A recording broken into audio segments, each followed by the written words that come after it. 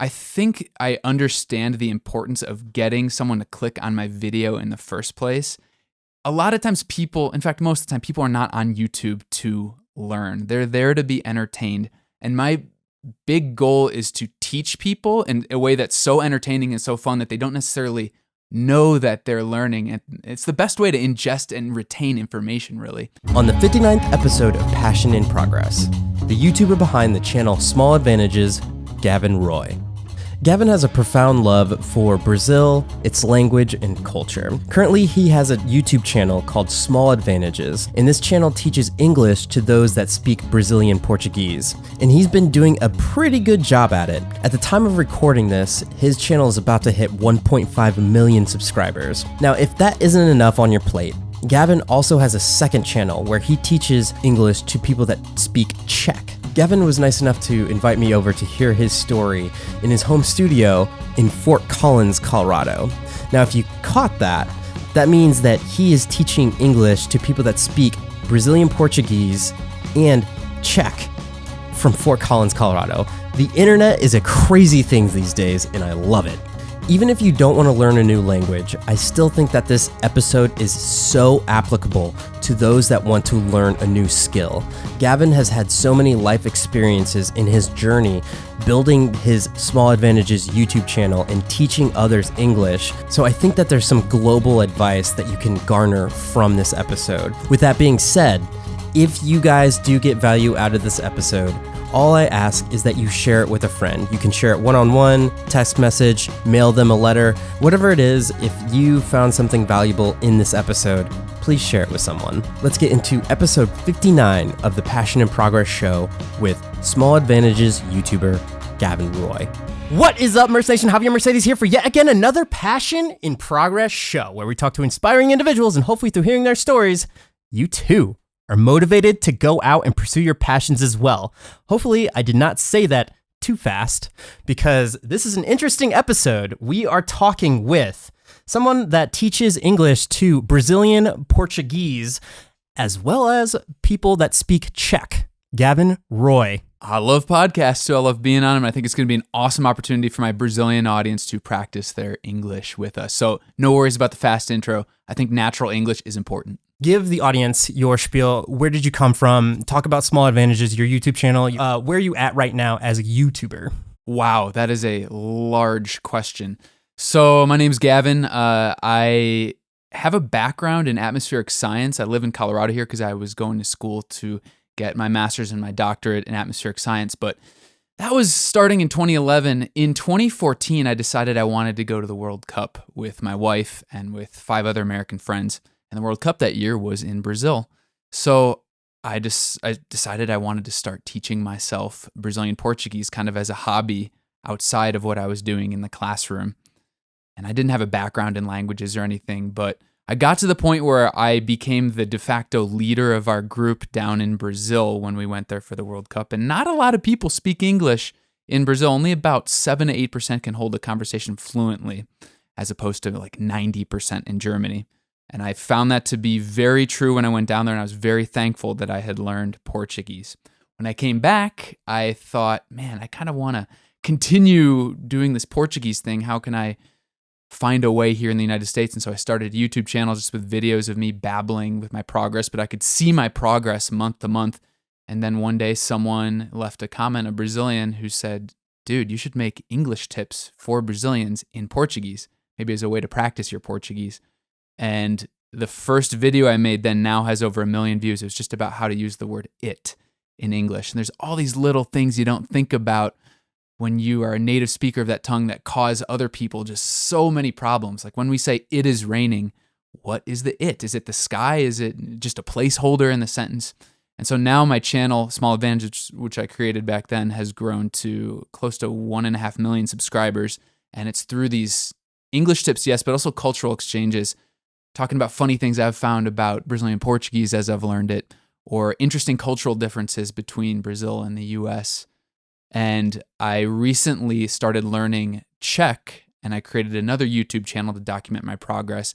That YouTube channel suddenly went viral in the Czech Republic, but my original motivation was to motivate my Brazilian audience that you can learn a language even if you don't have a lot of time, even if you're learning another language. Like, the excuses that you don't have enough time are poor. It's pretty much you have to decide if the thing is that important to you that you are going to dedicate time to it. And I wanted to prove it with that Czech channel as well. You just said that so concisely. Love it. Was that concise? I felt like I was talking for 10 minutes. I love it. There's so many places to jump off from there, but can you tell the audience the ratio of people in Brazil versus the people in Czech Republic that are speaking it, and how the subscriber numbers there kind of tell how many people are wanting this kind of content?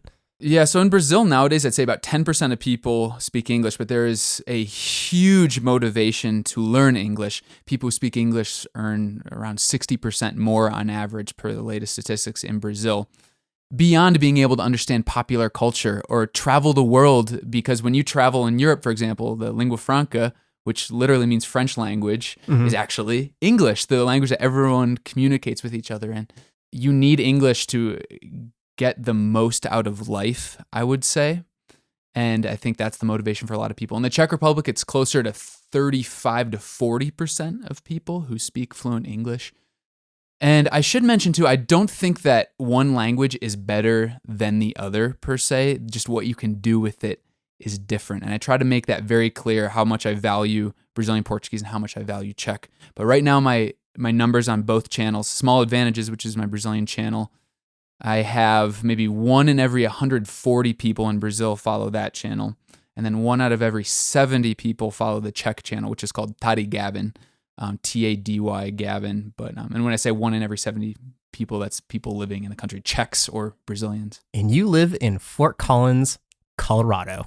Here I am. I'm a nobody here in Colorado, but the moment I get off the plane in Brazil or in Czechia, I'm recognized everywhere, and it's cool. I think Will Smith has said this before. I think Jerry Seinfeld has said this before. Like, it's cool being famous. It's fun. And I love meeting my students. But I also enjoy being a normal guy. I say it on my Small Advantages channel a lot, but I don't consider myself a celebrity. And I love leading like a normal life here, going to the grocery store, and not being recognized here in the United States. So in my opinion, it's the best of both worlds. The other cool thing is what you're known for. It's for teaching people how to speak English. You're giving educational content and helping the world advance, and talking to each other and communicating. Can you talk about your process, and where were you at in the beginning and where are you at now? Like, how does making a video look to you? When I graduated with a doctorate in atmospheric science, and then the next day told my family, my friends, that I'm hanging up my science career and becoming a YouTuber, there was a lot of questions. Like, why? A lot of my friends thinking, man, you're kind of wasting 10 years of your life that you spent doing something. But I gained a lot out of my experience in higher education. And one of the biggest things that I've carried over into making YouTube videos and teaching is being able to tell a full story, to take someone who doesn't understand a concept and to bring them through the steps that it will take them to the point where they can wrap their mind around it. It's not enough just to tell someone. You have to prove it. You have to show it to them. And another thing that my science career helped me with too is anticipating what questions there will be from the audience. At the end of your presentation that you give at a conference, what are the hands that are going to raise and what are they going to ask? And I try to anticipate those exact questions before I make every video, because people are going to ask questions in the comments and you can't always respond to people's. In fact, with 1.5 million subscribers, you can rarely respond to people's questions about certain things. So I want to be able to answer them right in the beginning.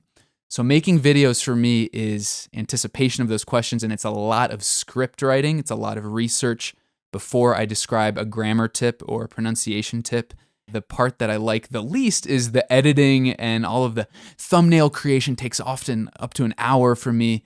It's important, but my favorite part is that very initial embryonic stage where you're trying to figure out how you can get that spark to go off in your viewer. Yeah, I love that. And especially when coming up with the concepts, being a YouTuber myself, mine's more video editing techniques and things of that nature, but trying to formulate, like, will this vibrate with the audience that I'm trying to reach, and the trial and error there. Can you talk about in the beginning, and I think it's worth it to say, when you did pursue YouTube full time, where were you at subscriber wise? Because I don't want to give false notions to people that just like, well, let's just start a YouTube channel, because you already had some success there, correct?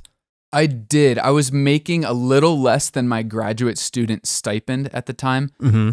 And when my wife gave me the full go ahead, like, yeah, do it, follow your dream.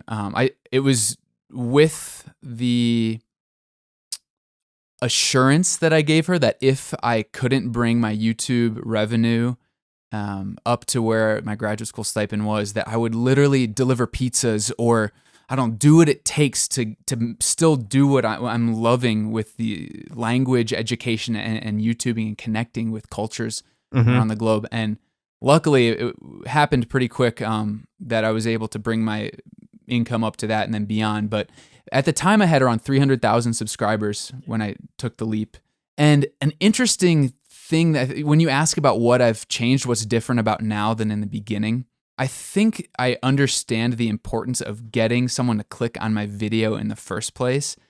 A lot of times people, in fact, most of the time, people are not on YouTube to learn. They're there to be entertained. And my big goal is to teach people in a way that's so entertaining and so fun that they don't necessarily know that they're learning. And it's the best way to ingest and retain information, really.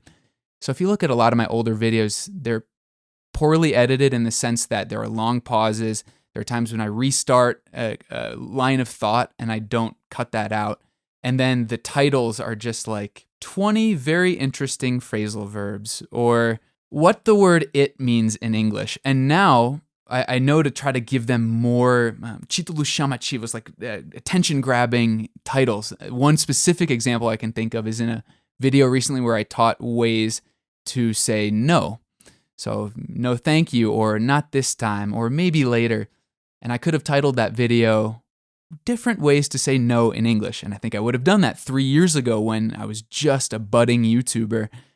But that video became Never Shake Your Finger at an American was the title of that. And it has a very interesting thumbnail of like me shaking my finger and like a red X sign through it. And that's has to do with, in Brazil, it's a cultural norm when in a restaurant, if the waiter comes up to you and asks, do you want ketchup?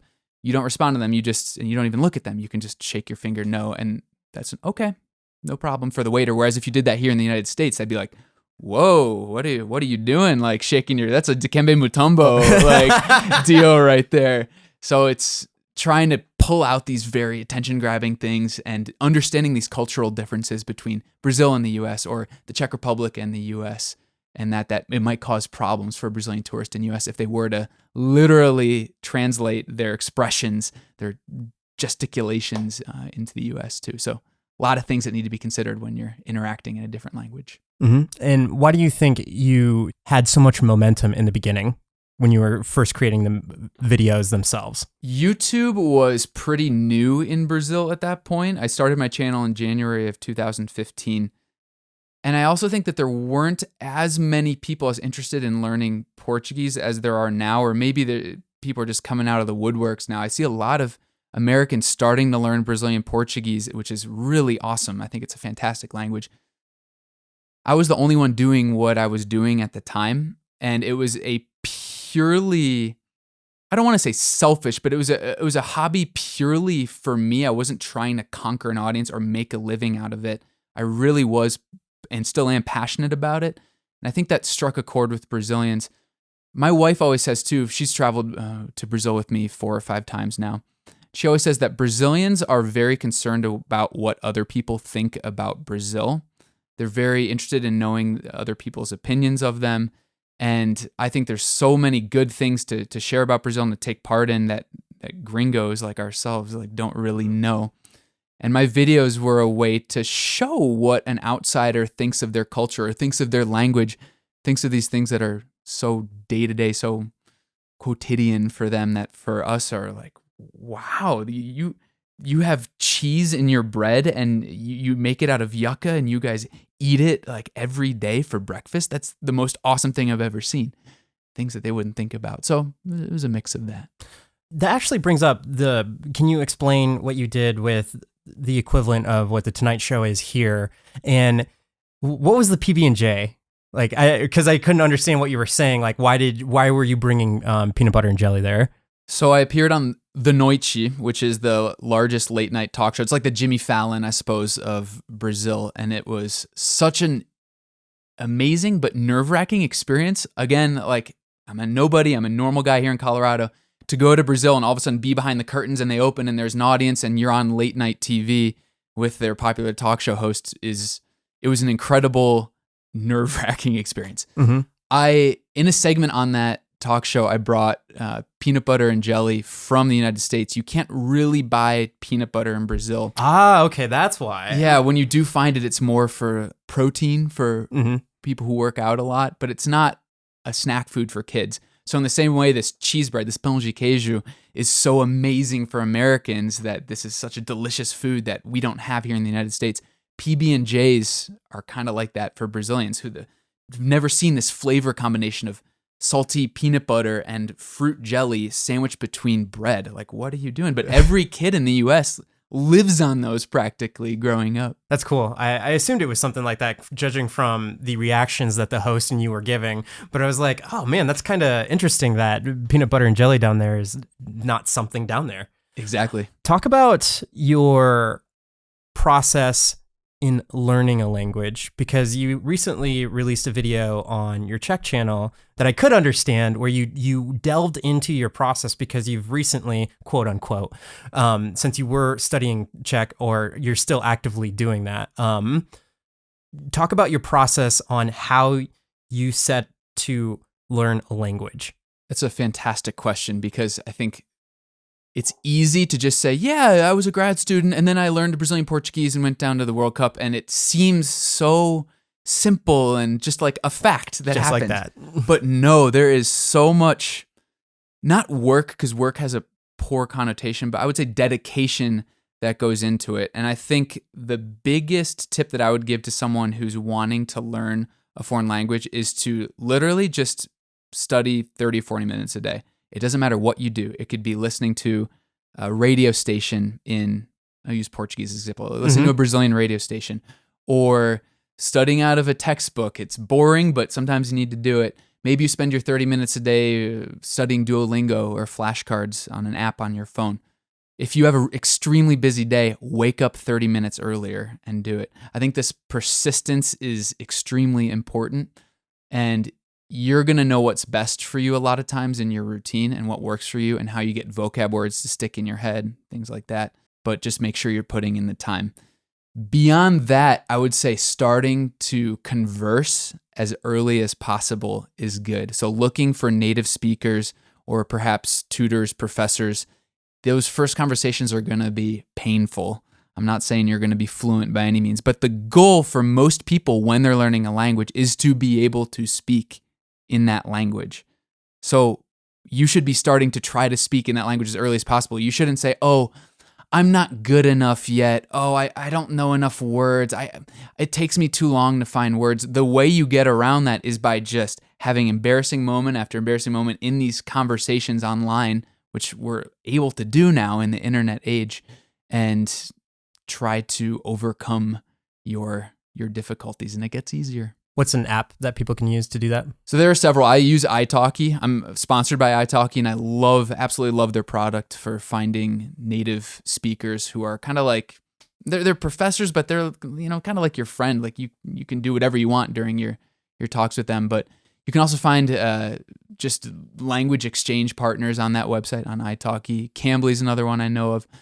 And I used Conversation Exchange in the very beginning to find a conversation partner too. And then can you talk about your struggles in maybe just with Portuguese? How was it when those first conversations that you were having with another native speaker? Because I think what people can relate to that are just starting off is like a 50-second pause where you're trying to think of a word and then you can't think of it and you're still like, no, don't tell me. I'm going to think of it. Describe how that process was in the beginning. It helped in the beginning that I had a conversation partner who was from Brazil who was learning English. So we would speak 30 minutes in English and 30 minutes in Portuguese, and we got each other. Like, we let the other person think of that word or try to search for it as long as possible. We also got really good at telling the other person how to say, oh man, I'm racking my brain. I can't think of this word, but in the other language. Because if you're in a real situation, for me going down to Brazil for the first time for the World Cup in 2014, I was in situations where I couldn't think of this word forever with the hotel reception, but I knew how to say, esqueci da palavra, I forget the word, and then move on and try to describe it in a different way. So find someone who you connect with, who understands you, and most people on italki, for example, get you. They understand that that's part of the process, but then find ways to circumvent this forgetting a word and make it a fun or maybe funny situation. Most people enjoy that other people are trying to learn their language. Brazilians especially are very helpful in real life. 99.9% of them will let you search for the word, will try to help you find that word. And that's a beautiful thing to see, and something I think we forget as native English speakers, because everyone in the world, well, that's hyperbole, but a lot of people, billions of people are learning English. It's not rare for us to hear English in a foreign accent, but it's rare for a Brazilian to hear Portuguese spoken with an accent because so few people are going to Portuguese. So few people are going to Czech. It's, I think, one of the reasons that my Czech channel, where I talk a lot more about cultural differences than the English language, I think a reason that went viral, became very popular, was it's so bizarre to see someone who's non-native speaking Czech. Everyone, all the trout are swimming in the other direction. You're the only one going upstream. And so you're a novelty. With that in mind, can you talk about your personality, and does it change from language to language? Because I think from my personal experience, trying to learn Spanish, which I'm not fluent in, one of the hardest things is whenever I go visit my relatives that are native speakers in Spanish, it's trying to be the same person of who I am, but not being able to communicate it in a way. So do you find yourself, at least in the beginning, being somebody who you're not, or trying to like make a joke, but then that joke doesn't make any sense because it's different in that language? Yes, that's a fantastic question, Javier. So you mean kind of what you've described. The reason you can't be yourself in a foreign language is because your reaction time just isn't the same. You can't find the words quick enough a lot of times. I would consider my humor very sarcastic and dry in English when I'm speaking my native language. Mm-hmm. Inserting a witty comment or like a biting remark here out of jest, you know. Mm-hmm. I can't do that in Portuguese. A lot of times I've gotten better, but especially in the beginning, I had to be okay with being a little more self-deprecating in a way, like laughing at my mistakes. I'm a smiley, happy gringo. And so, yes, I would say that especially when I'm in Brazil, my personality changes. I'm a lot more humble maybe, and I'm willing to not embarrass myself, but accept that I'm not going to be perfect, I guess, and accept that some of my humor or jokes that I would otherwise make might fall flat. And so some things are left unsaid, and some aspects of your personality are left unrevealed when you can't describe yourself more perfectly.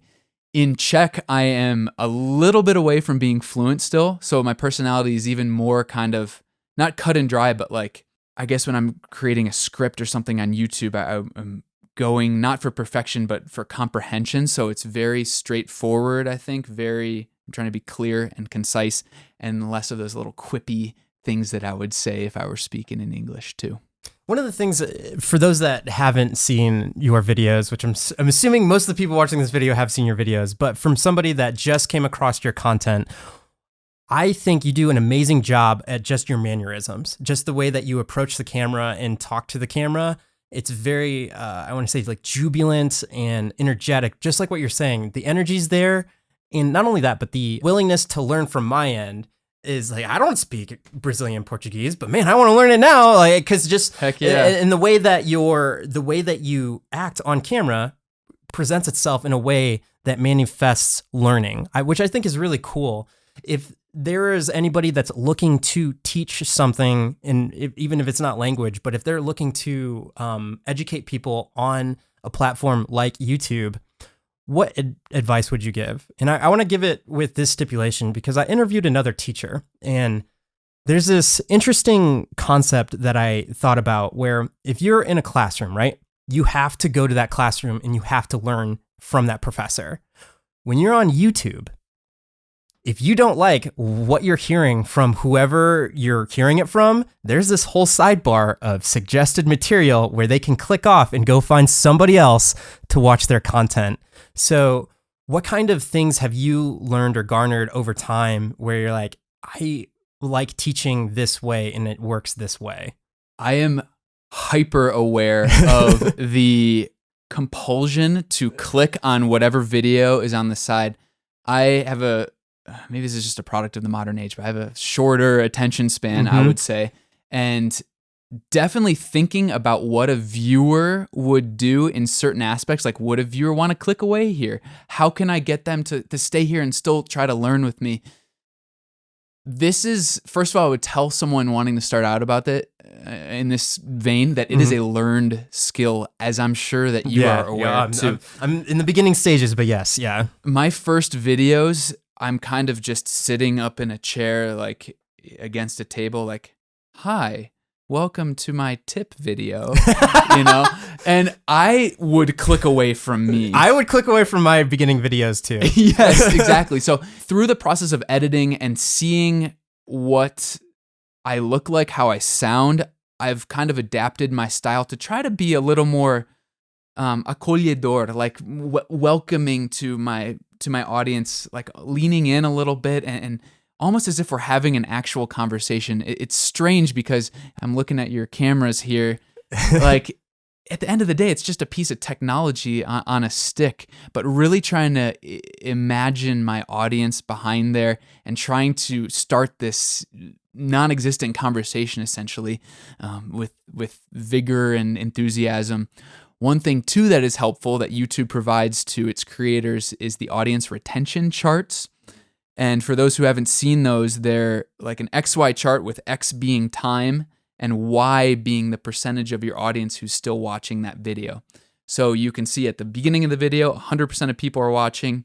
And by the end of the video, maybe only 40% are watching. And along that graph, you can see, there was a sudden drop. And you can go right to that point in the video and see, what did I do that was boring? And usually it's something very boring, like a long pause, or you said something confusing that made people click ahead or lose interest, or you went off on a tangent. And so the final piece of advice then I would give to people looking to start a YouTube channel is just start talking about what you want to talk about. The old wisdom, at least I remember my teacher in high school saying this, is when you have a presentation, introduce it, have your body, and then conclude. And so tell them what you'll tell them, tell them what you told them. But that's out the window on YouTube. On YouTube, if I want to learn I wrote about this in my book, which is coming out in November, but if I want to learn how to replace a car battery, for example, I had to do this, and I clicked on a YouTube video, and there was a horrible video of a guy standing in the door of his garage for 10 minutes and describing where he got the car and how the battery ended up becoming dead.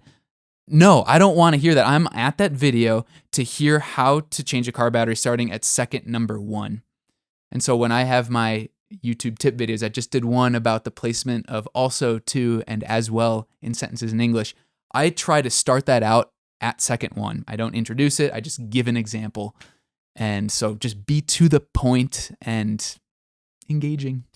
It's interesting because if you're starting with an example at the very beginning, I may argue that you are presenting the old school format of tell them what you're going to do, then do it, and then recap it.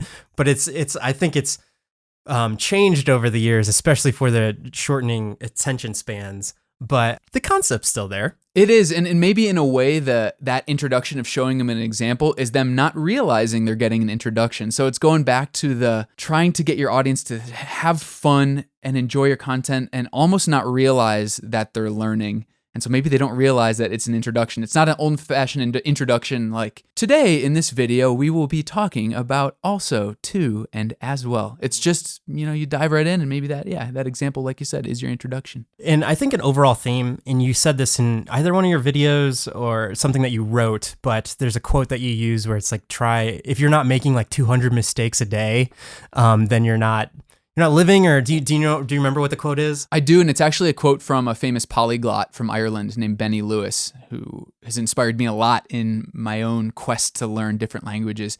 But he said that to learn a language, you need to be making 200 mistakes a day.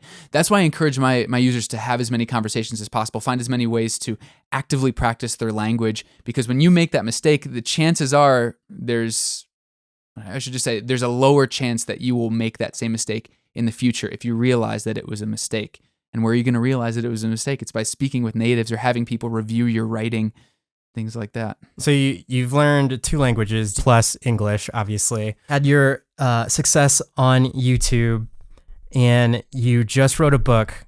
What is something that was a super failure or that you really learned from? Like what was like one of the hardest moments throughout this journey that you've had so far since graduating? Nothing has been hard for me in the sense that, oh my gosh, I don't know if I can keep doing this as my job. There's been no, monetary issues. There's been no, catastrophes of some sort. The hardest part for me has been ignoring the crazy people on YouTube, or even just the people who don't necessarily like my content, which is totally fine. Like, to each their own, we say, right? Mm-hmm.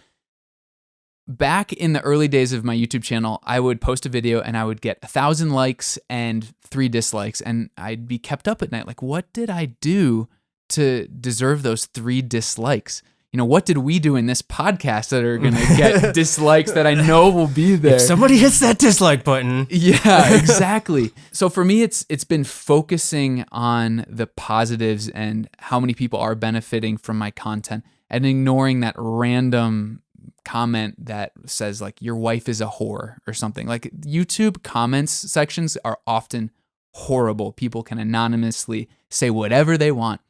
And I feel like I have a much better mindset now in the last year or 2 especially than I did back then, but it took some time for me to understand that. Personal anecdote with that, if your audience wants to know, my first video that like went a little bit viral, or that just took off in the algorithm, was after a podcast. One of these guys that I'm friends with had a really expensive movie camera, and I was like, oh, let's just talk about your movie camera really quick. So we did the video, but we were done with the podcast, so I put the microphones away and everything, and I just like hung a microphone above us and did the whole interview. It's like a 30-minute interview. Now it's my most viewed video. The problem is the audio is not that good. And I went to school for audio engineering, and there's not that many dislikes on that video compared to how many likes there are. And I think it's got like 70,000 views right now. But the problem is each comment is like, man, this sounds horrible, or you should work on your sound. And I'm like, I know what the problem is. And I can for sure agree that that's the stuff that keeps you up at night. You could have 1 billion likes and 1 billion positive comments on, and especially with like the podcast. If you would like to rate this podcast on iTunes, that'd be awesome too. But you could have so many awesome raving reviews. You're impacting people's lives in a positive way. But that one comment, man, it can get to you. It can definitely get to you. It can. And I don't know about you, but I consider myself a perfectionist. Oh yeah, for sure. And so it's exactly that. When you post a YouTube video, after it hits 100,000 views, there's nothing you can change. Before 100,000, you have the chance to go clip little bits out. I've made actually mistakes in teaching my own native language, which it happens from time to time, but I am getting better at the perfectionism aspect of that too. But that's the joy of sitting down for 3 hours before a video and writing a script, is to try to use my perfectionist brain to like avoid any possible error or mistake in the video that I'm about to shoot. So that part's very important to me, and I'm getting better and better at that too. One thing I want to drive across here too is not necessarily with the comments and whatever, but creation globally, just anything that you want to do in life. How has persistence kind of manifested itself in what you're doing on a day-to-day? Because I think one of the hardest things to do creating content and pursuing YouTube full time is, as we were talking before the podcast, you're your own boss. You have to set your own limitations on what you do. What does a typical day look like for you, and how do you know that I can put the camera away, I can put the computer away. I can stop creating right now and actually go out and have life experiences. I need to stop having life experiences and go create again. Where do you find that fine line now? Wow, you are just chock full of great questions. It's funny that you asked that because between my wife and I, 2019, our like slogan for 2019 is a return to simplicity. Because I think in the past, being your own boss, it's definitely very easy, like you said, to just like, I used to think if I'm not posting 3 videos a week, then I'm doing something wrong. Kind of have that mentality right now. Yes, and YouTube, they're executives, they're people who help with their creators. I've had meetings with them, and they say the same thing. If you're producing videos once a week, go to multiple times a week. If you're going every day, then you should do multiple times a day. YouTube, at the end of the day, is going to make more money if the creator is posting more videos. And for a while, I didn't realize that in a way I'm like a pawn of YouTube if I'm just telling myself I need to post, I need to post, I need to post. I want to post. I want to get educational content out. I want to share culture with Brazilians. And 2019 especially, I've realized that it's important to not do too much, but not do too little. And everyone's got to find that balance for themselves, for sure. What that means for me right now is at least 1 video per week on small advantages. It's an arbitrary number, but you know, it's what's worked for me right now, especially finishing my book as well. But it's the perpetual question for creators and people whose full-time job, like myself, is YouTube. Can you give a specific example? Like for me, when I go to bed, I no longer have my phone in the room.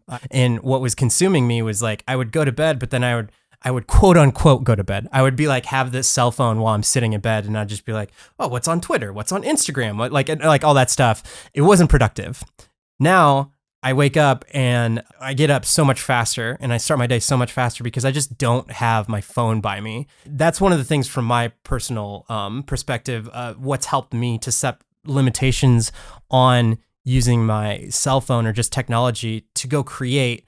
And then also, like when the family is there, I just try and spend time with the family, and then there's no creating at that time. And then when they go to bed, then I might go back up and create. Is there any specific examples that you might give for people to finish the projects that they want?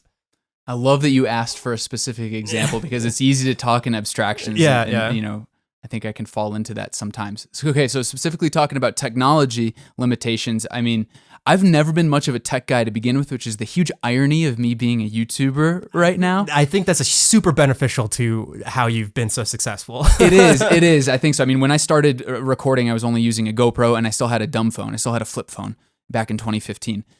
I now have a smartphone, but I don't have email on my smartphone. That's another reason why you're so good. Yeah. That's awesome. Yeah, I try to be focused. It's important to be bored, and I'll get back to that in a second for the creative process. But talking about with my phone, I don't bring my phone in the bedroom. I pretty much only use my laptop down here in my basement studio, meaning I'm only working on tips. I'm only responding to email here at work, which is hugely beneficial when I'm working in my own home.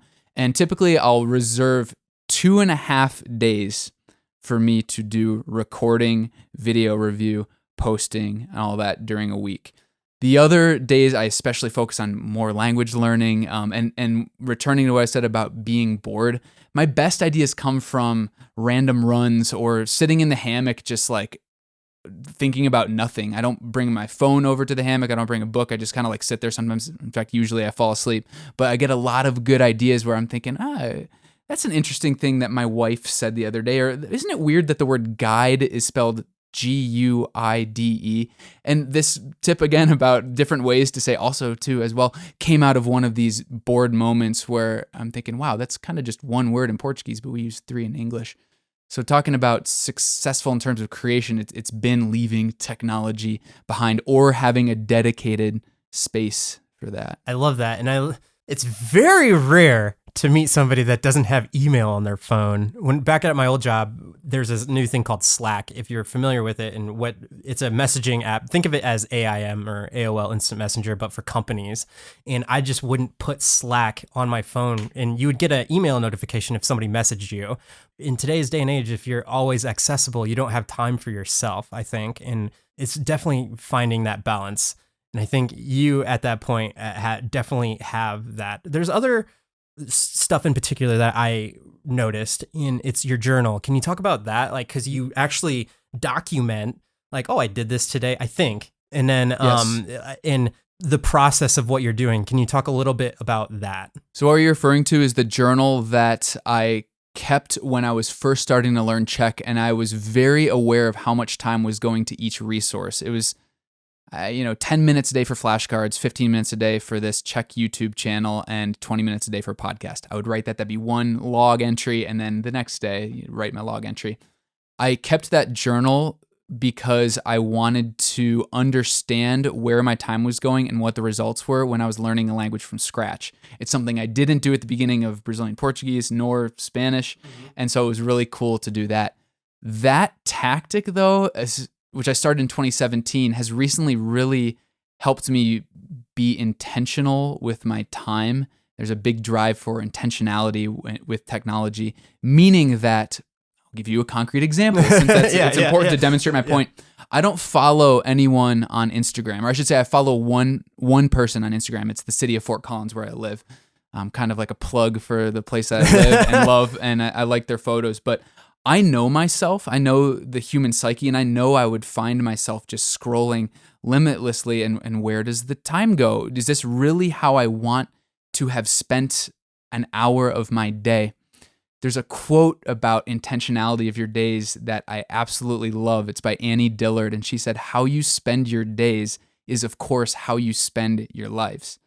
So if you're not being intentional with your phone usage now, how is that going to change in the future? These companies' drives, Instagram, Facebook, Twitter, is to get you to stay on their app. So when we're talking about phones and apps specifically, this focus of intentionality, just like I was documenting the amount of time I spent studying flashcards with Czech, it's nice that iPhones, for example, have the amount of time that you spend on each app, and you can look at that now. And so just being very aware of what I don't want myself to get involved in and what I do. I love reading, for example, and I sometimes fight the impulse to pick up my phone, and I just have books readily accessible that I'm in the process of reading, and knowing that that's a way to get me to do something that is going to be more rewarding for me ultimately, and that I enjoy more, and I don't hate myself afterwards for having wasted like an hour on Instagram. Mm-hmm. There's an amazing quote, and I think I put together a compilation of some of my favorite quotes on a podcast. I think it'll be released by the time this one's out, but it begins with another guest that I had, Nick Hagelin, and he said something along the lines of, the decisions you make from day to day compound over time. And it's like, if you want to learn piano, just like you said, having books readily available. For him, he's a musician, so he wanted to learn piano. He didn't really know it. And one of his producer friends was really good at piano. And he was like, "How did you get so good?" He's like, "Well, I put the piano in between my living room and the kitchen. So whenever I'm walking, I just go and play it." And he's like, "Oh." So if you want to learn something, doing it day in and day out, or not day in and day out, but just like you're saying, 40 to 30 minutes a day, it's that decision compounded over time that's going to lead to your mediocrity or your success. And I love how it's success or mediocrity, or success, not success or failure, because it's like you can be complacent, and I don't think there's anything wrong with that. Like, if you want to, if that's what you want to do, that's awesome. But I think if you are striving to be super successful at something in an efficient manner, it's doing it day in and day out with persistence. Just like what you're saying, and setting yourself up for success. Yeah, I mean, I love that. Having two things recently in 2019 too are having a guitar readily available, and I've randomly, this is an odd thing that I don't think my audience knows yet, but I recently got really good at the Rubik's Cube, and it was just that. I have two of them, and like one's in the kitchen and one's in the living room, and like from time to time I'll be passing through, like, oh, maybe I'll spend like a couple minutes like fiddling with this thing. And yeah, that's exactly it. I love that. The compounding of your daily decisions. You can go too far. I mean, you can get at the end of a day and be like, man, I didn't spend half an hour on guitar today. I didn't spend 20 minutes on English. And there's this anxiety about it too. So there's, oh God, like everything. It's so easy to say like, it's a balance, but it's a balance, you know? Yeah. You can be neurotic about it, or you can, I think for me, a helpful thing is just remembering my original joy with learning Portuguese. Like, I just love saying that I'm fluent in Portuguese. I love Brazilian culture, and that gets me through like the tedium of having to study a grammar tip sometimes. Or like guitar, you know, if I'm not enjoying it some days, then I'll just set it down for like a week at a time. And then like I'm newly refreshed when I return to it. So don't be anxious. Don't be a taskmaster about your time. I wouldn't actually necessarily recommend keeping an exact log of how many minutes you're spending a day for each thing. But generally, if that's what helps you be more intentional with your time, your minutes are precious, you know, then that's what you should do. I love that. 2 questions I ask everybody at the end of each podcast. First one is, why do you do what you do? I do what I do because we need to, this is going to sound really petty, but at the end of the day, like everyone needs money to buy food and to have a roof over their heads. Mm-hmm. So this is a job at the end of the day, but with the glorious exception that it is I can't see myself doing anything else that I enjoy as much that also earns me money. I love connecting with people. I love the logic and challenge of breaking. It's all you could almost consider a foreign language a code, and like cracking it open. And I feel like privileged to be the one who discovers a way to express myself in this way and then communicate that to my audience. So I would say that is kind of like the balance of what I'm doing right now. Can you say the quote about or what you wrote about the 3 intersection, or it's an intersection of 3 things? So there is a quote that I love too, that happiness in your job comes from being good at what you do, enjoying what you do, and doing something that the world needs. So if you can find the intersection of these 3 things, and as a graduate student, I think I was good at what I did. I think that the world needs good meteorologists and climatologists, but I didn't enjoy it. YouTube for me is a perfect conglomeration of all that. I'm a normal guy, but I'm good at learning languages because I've done it now for 5 straight years, and anyone could do what I did. I'm not a genius or anything, so I'm good at it. I freaking love it, you know, and connecting with my audience. And again, being famous in Brazil is super cool. Meeting students who have benefited from my lessons, super awesome. And Brazil needs it right now. For better, for worse, English is the language that the world has chosen to speak. And so I feel privileged to be able to share my maternal language with the world, and things that came across as a boy that I can get to now talk about why we pronounce this way or what this saying actually means. And it really is a joy, and I'm glad to be at that triple intersection. Awesome.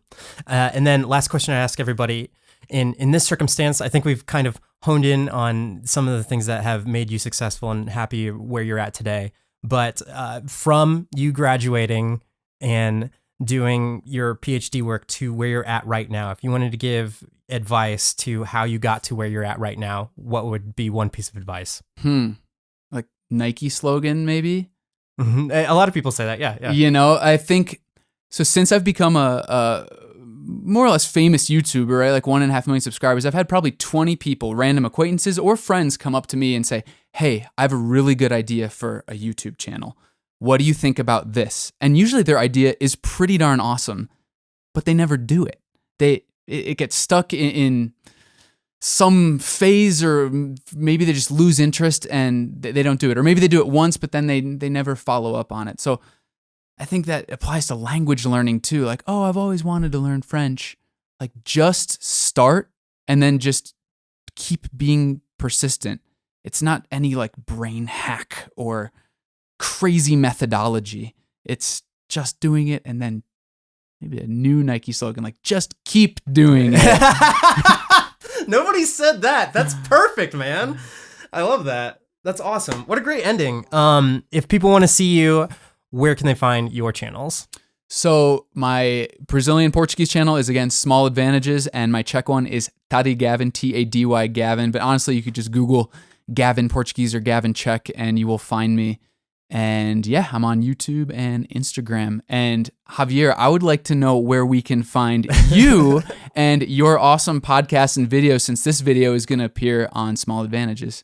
I am at Javier Mercedes, Javier Mercedes, just like the car, on YouTube. And then if you do enjoy this, but you don't have the time to watch the interviews, there is the podcast. So this is a podcast. It's on iTunes. If you want to hear a lot of conversations like the one that we just had with inspiring individuals and just hear their story. And for me, it's kind of selfish because I just get motivated, like learning from different people's perspectives on how they've become successful at where they're at. And I just to get like a smorgasbord of all of that in my brain and just like get reinvigorated every conversation that I have. So that's me. If you want to listen to those conversations as well, it's Passion in Progress on iTunes or any of the podcast apps that you use. So Passion in Progress with Javier Mercedes.